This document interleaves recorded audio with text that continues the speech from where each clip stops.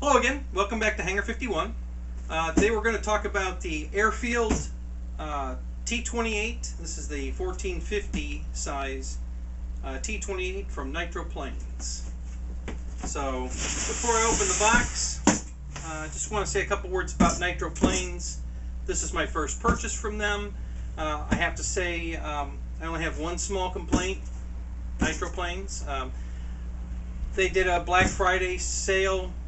Decent stuff on sale. They had some nice, coupon gift codes. So I got a good deal on this. It was 200. It's 256. Ready to fly. Came with radio, transmitter, receiver. Came with a battery pack. No charger, but it came with a 1480. A 4-cell. 2800 battery pack for $256, and then there was a 10% discount, so knock that off. Of course, they're still charging shipping, so you have to add that back on, but still pretty good deal. Very happy with the deal I got. They shipped it out, I think it was maybe the next day. It came from California. I think it got here in about 5 or 6 days, so shipping was good. So far, no issues at all. My only one issue, listen, Nitroplanes, I'm wearing my free red Nitroplanes polo shirt, as you can see, because, oh, that's right, I'm not wearing it, because you didn't ship it to me. They said any order over $100. This is $250, $260. I think I qualified for the shirt, but you have to put a discount code in at the end to get the free shirt. Free Polo 010 or something. And, well, guess what? You can't use multiple discount codes. So I had to give up my 10% off on the plane, which was still over $100, to use the code for the free t-shirt. Listen, if it's a free t-shirt, it's a free t-shirt, or polo shirt. I shouldn't have to put a discount code in for it. I shouldn't have to give up a different discount code to get a free shirt with your name on it, Nitro. I'd be sitting here right now with your name on my shirt, reviewing your product. Okay? Enough said. Okay, so let's get with the plane. It arrived in great shape. One little dent on the box here, which had zero effect on the inside of the plane. And inside the box. Very thick foam on the box. Great box. Before you think about opening this box, you need a tool. You need this. And I'm going to show you why you need this, because you're not getting this plane out of this box without a knife. Alright, so first thing is it's taped 6 places on the bottom. Both sides crossed here. So you got to cut 6 tapes just to get the box open.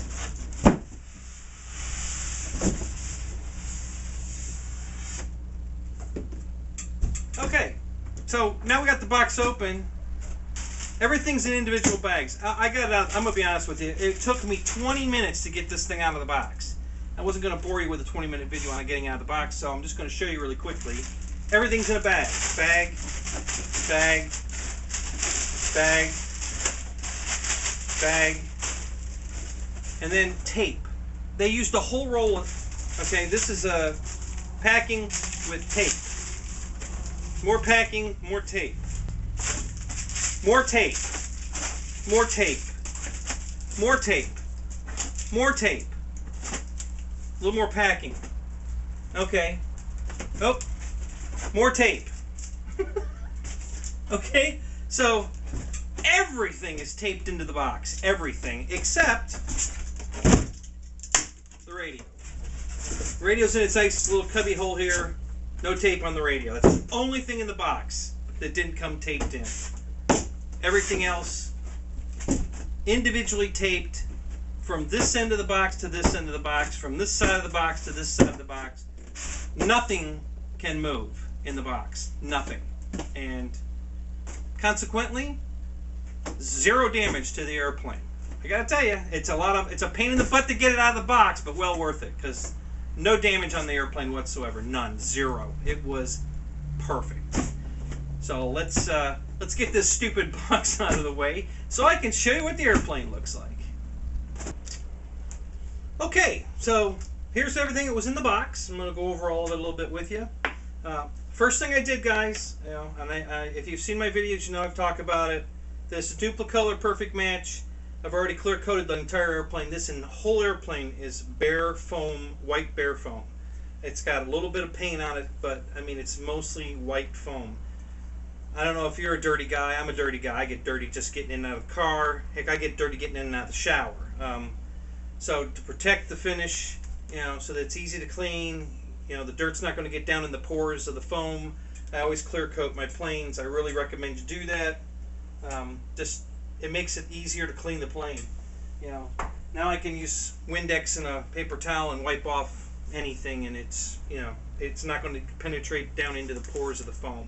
So that's just a little advice. Okay, so everything comes individually bagged, but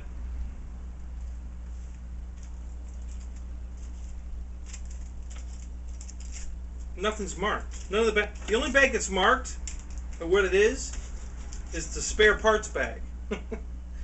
It's not very helpful putting all the spare parts. That's the only one that's marked. So. But anyway, okay, these bags, 2 of these bags were empty. I've already installed all my control horns on the wings and on the tail surfaces. So, so that's why 2 of the bags are empty and then 2 are almost empty. So here's my advice. I'm not going to do a build video. I'm just going to do a build tips video. The aileron and the ailerons are in one bag and the flaps are in another. It's not a left wing and a right wing. It's an ailerons in one bag, flaps in the other bag. And the way you can tell, the only way you can tell, because everything in the bags are identical, is the length of the screws. Okay? The length on the flaps, because the core of the wing is thicker as it gets closer to the fuselage, the core of the flap is thicker than the core of the aileron. So one bag had longer screws in it than the other, and they're not a big difference in length, but they are longer. So the longer bag is for the flaps, the longer screw bag is for the flaps, the shorter screw bag is for the ailerons. Okay, so there's your tip there. Instead of panicking, oh my God, they're not marked, what am I going to do? Okay, well now you know. That just a little common sense you can figure out, you know, and it's easy to just panic when you say, oh my God, they're not marked. So this is going to help you. Now, as far as same thing on the rudder horn and the elevator horn. The bags looked identical. They're not marked. Okay, the only way I could tell is because the planes here, this screw is going to be a little shorter than this one, so I looked for a bag that had a longer and shorter screw. This bag had 2 identical length screws. Obviously, that's our horizontal stab, and the bag with the one shorter, one longer screw was our rudder So that's how I distinguished which one of those was which. So the one with the two separate length screws is your vertical fin and rudder, and the identical length ones is your horizontal stab. Okay, so that takes care of the four major bags. Obviously, we know what these are, so they didn't need to be marked. And I think that's as far as the only other thing, guys. I got to tell you, this is awesome. Awesome and not awesome. Two complete hub and nut assemblies for props. Two complete. Everything you need to build two complete props, including the blades. Okay, beautiful. You know, the painted that goes with, you know, this signature fan blades, or, you know, prop blades for a T-28 are the, you know, the red and white stripes. My pet peeve here, they did give us an extra set of blades, but they're not painted. They're just plain black. So, you know, I don't know how much money they saved by not painting the extra set of blades, but come on. I mean, that one was a little... So basically, here's what you're going to have. You're going to have a display prop, which you can fly with. And then if you break this prop, while you're ordering a new one to replace it that's pretty, you can be flying on the not so pretty prop. But at least you're flying. So kudos to them. You know, I got to say, two complete, you build them, balance them, and take them to the flying field, and you should be able to fly all day without a problem. Even if you break a prop, you've got a backup. So I think that's awesome. You know, I wish the second set of blades was painted. I can't imagine there being much of a cost difference between plain black and, you know, but whatever. But at least you got two separate complete sets of blades, and I think that's awesome. So kudos to Nitroplanes, kudos to Airfield. Awesome job. Okay, so the actual plane itself. I gotta tell you guys, I'm pretty happy with what I've seen so far. The quality of this foam, it's super dense foam, really well molded out of the molds. It comes out really smooth. Very few injection mold marks at all. Just really nice. It has plywood hard points for screwing. Everything screws on. Nothing's glued. Everything's screwed. They don't even give you glue. You don't need it. Everything screws on. There's two screws. Again, plywood discs here. Okay, so this goes on this way, and two screws to the bottom to secure this down, and then this goes over top of it, and two more screws through the bottom to screw this down. So very nice. Very happy with that. You know, plywood hard points to screw into. Most planes are plastic. I don't know which is better. When I get together, I'll tell you what I think. I don't really see a problem with the plywood. I think that's fine. You know, it should hold fine. So not a problem that I can see. The wing goes together with your standard carbon fiber rods. You got a long one and a short one. Put the wing together with those. There's two long control horns or control rods for the rudder and elevator that you have to. I mean, the tubes are already installed in the fuselage. You got to slide the metal connecting rod in. Got to mount all your control horns have to be mounted, and of course your rods. The servos are installed. The arms are on the servos. The servo arms have been pushed all the way into the cavity so that they don't damage each other in shipping. So I think that's a great idea. But you're probably gonna need to turn your radio. You're gonna have to hook up the radio and turn it on and let the arms center before you make your final connections, because you're gonna need to adjust your control surfaces. Foam hinges, but super strong. I like to work them, loosen them up, but I don't see any tearing or defects in the hinges at all. They look great, and that's all of them. They're all same thing on the rudder, and this is all paint, guys. Everything you see is paint. There's no decals. These are not stickers. They are not decals. This is paint. They stencil painted the whole plane. All this detail you see here, the orange, all paint. Same thing here. The navy, the stars and bars, all paint. So super, I like that. That's really cool. Made it easy to clear over and real nice. Very happy with that. The fuselage, super. Just really. I mean, it's kind of heavy, but that's to be expected. I mean, everything's installed. Nose gear with nose gear doors, sequencing doors, and the same on the wing. The inner doors are sequence doors. Now, in case you're wondering, this is not the FMS plane. This is a totally different airplane. Airfield's stuff years ago was, just reboxed FMS. It was the same airplane. No longer. This is a totally different airplane, and I got to tell you, I like it. So far, I'm pretty happy with what I'm seeing here. It's a good-looking airplane. I don't see anything wrong with the construction whatsoever. It looks super good. Of course, at the end of the video, I'll do a flight review, but so far, I'm very impressed. I think it's got lights all over it. We've got wingtip lights. It's got nav lights on the back here. There's one on the top here, one on the belly right here. I don't believe it has a landing light on the wing. I didn't see that. No landing light, but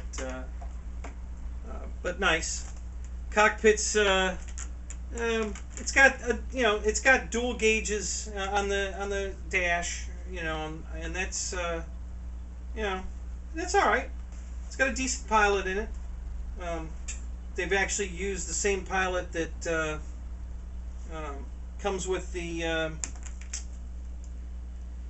Fly Zone. Uses that same pilot in their Corsair. It's supposed to be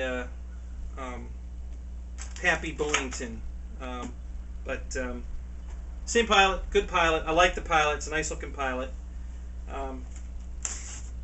This is tongue and grooved in the front, big earth magnet in the back, goes on tight. I don't see that coming off in the air. It snaps on, it's on. Everything in here is installed beautifully. I'm really impressed with this. Everything, your receivers here, the gear door sequencers here.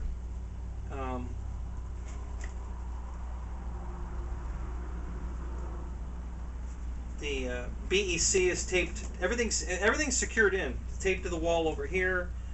Speed control is taped down inside here in the bottom there, or top, because I'm upside down. Plywood mounts for the rear servos, and this is a bigger servo for the elevator. It's not a 9-gram. Nice plywood battery tray. It's got some Velcro on it if you choose to use it, plus a battery strap. Just super nice. Well constructed. I can't fault a thing here, guys. The quality of the build, the quality of the foam, the quality of the install. It's all here. It looks great. I'm very happy. Very, very happy. I have no complaints whatsoever so far. This is wonderful. The main wing does have plastic, not plywood mounts. There are hard plastic mounts inserted inside the foam from the other side, and they're captured really well. They're not coming out. So yeah, not bad at all. Very happy. The The simulated rotary engine looks pretty good. It looks really good, actually. You know, you could use a little, you know, if you wanted to detail it a little bit, you could do that, but it looks good. Came with a battery pack. Doesn't really have a brand name on it. Just says it's a 2800 20C14-8, which is a 4-cell pack. And there's some warning instructions on it, but no brand name. But looks good. I'm sure it'd be fine. It's going to fly the plane just fine.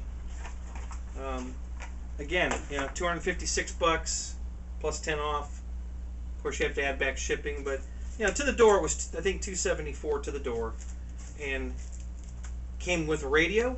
Not going to use it, but it came with it. I have other plans for the radio. It's a 6-channel radio. Got a channel 5 is a 2-position switch. Channel 6 is a potentiometer dial. So, you know, obviously 5 is going to be your gear, and 6 will be your flaps, and you can adjust the flaps to whatever, you know, you want to set the little dial to. Servo reversing on the front here, across the front. It's got digital trims. I'm not a fan of digital trims if you don't have an LCD screen. You know, there's no way to know, you know, how do you know where your trims are? You don't know. You can't visually look and say, oh, I've got a lot of left trim in today or whatever. You don't know. You have no idea. I mean, it probably beeps when it hits center, but other than that, you don't have a clue. So I'm not a fan of digital trims if you don't have a small LCD screen to display where the trims are. So that's, you know, a minor complaint, but, you know, I'm sure the radio's fine. I'm sure it's going to fly. And these 2.4 gigahertz radios are all good. Haven't had a problem with any of those. So I'm sure the radio's fine. I'm really happy with all the installation. All the wiring and everything's already there. Everything's super marked, you know, what it is. Channel 6, Channel 5, Channel 1, Channel 3, you know. Just everything's LEDs. You know, everything's marked. So, real happy with that. Looks good. That's pretty much it. That's everything in the box. You know, I'm can't wait to get it together and go fly it. So that'll be the next part of the video. I'm gonna go. I'm gonna finish putting it together. I'm not gonna sit here and make you watch me, you know, screw screws together. You know, you guys all know how these things build. You know, you slide the wing tubes in. You know, slide them together. Straps hold them together as they hold them to the plane. Just plug everything in. You know, and get your control horns all centered up. So after I build it and fly it, I'll report back at the end here any nuances I found through the rest of the build and through the flight. Whether, you know, any kind of tips and tricks will be at the end of the video after the flight. So that's all I have for right now. But we'll be right back.